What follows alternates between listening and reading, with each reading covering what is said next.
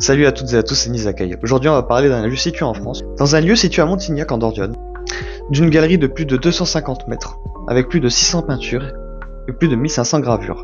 Je parle évidemment des peintures de Lascaux.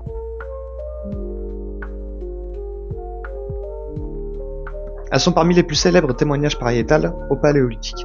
Elles datent d'environ 17-18 000 ans, pendant la période du Magladénien. Alors la période magladénienne s'étend de 17 à 12 000 ans avant notre ère. C'est la dernière grande culture supérieure occidentale en Europe, juste avant la transition vers le Mésolithique. Donc les pigments, donc les peintures, étaient fabriqués à partir de minéraux naturels. Donc pour le noir, on avait de l'oxyde de manganèse ou du charbon de bois. Pour le rouge ocre, c'était de l'oxyde de fer ou de l'hématite. Et pour le jaune, c'était de la géotite, donc de l'oxydroxyde de fer. À partir de là, on va faire une petite pause chimique. L'oxyhydroxyde de fer est un minerai naturel composé d'oxygène, d'hydrogène et de fer. C'est comme un mélange entre de l'oxyde de fer et de l'hydroxyde de fer. Voilà, ça vous a plu la pause chimique? C'était super dur, non? Et pour finir dans nos couleurs, le blanc, c'était de l'argile ou de la craie, tout simplement. Donc les hommes de Lascaux broyaient ces minerais en poudre fine, parfois mélangés avec de l'eau, de la graisse animale ou même de la salive, pour ainsi en faire une pâte colorée. Ils se servaient de plusieurs techniques pour cela, parfois combinées. Il y avait la technique du soufflage, donc de l'aérographe préhistorique. Donc c'était des pigments mélangés avec de l'eau qu'on projetait par un os creux. Mais une vidéo vaut mieux que 1000 mots, je vais vous montrer tout simplement.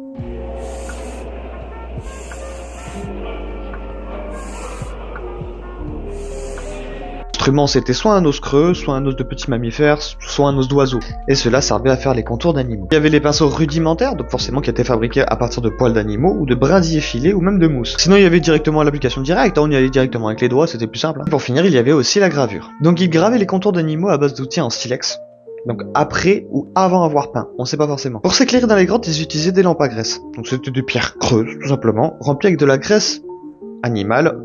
Le plus souvent c'était du renne, et d'une mèche en mousse ou en fibre végétale. Ça fournissait une lumière stable et sans fumée, donc assez pratique quand on travaille profondément dans les grottes. Il se servait aussi directement des reliefs de la pierre, donc les bosses, les fissures, les petits trous, ils s'en servaient pour faire des petits détails sur les animaux. Par exemple, un relief bombé peut devenir le ventre d'un auroch, ou une fissure pouvait devenir une corne. Il représentait des animaux en train de bondir, courir, tourner la tête. C'est quand même assez fou. Certains chevaux avaient même les pattes raccourcies à l'arrière pour donner une impression de profondeur, ou même encore la superposition des couleurs pour donner du contraste. Donc qui étaient ces peintres et ces habitants? Donc c'était des Homo sapiens, identiques à nous physiquement et mentalement. On les appelait aussi souvent les hommes de Cro-Magnon.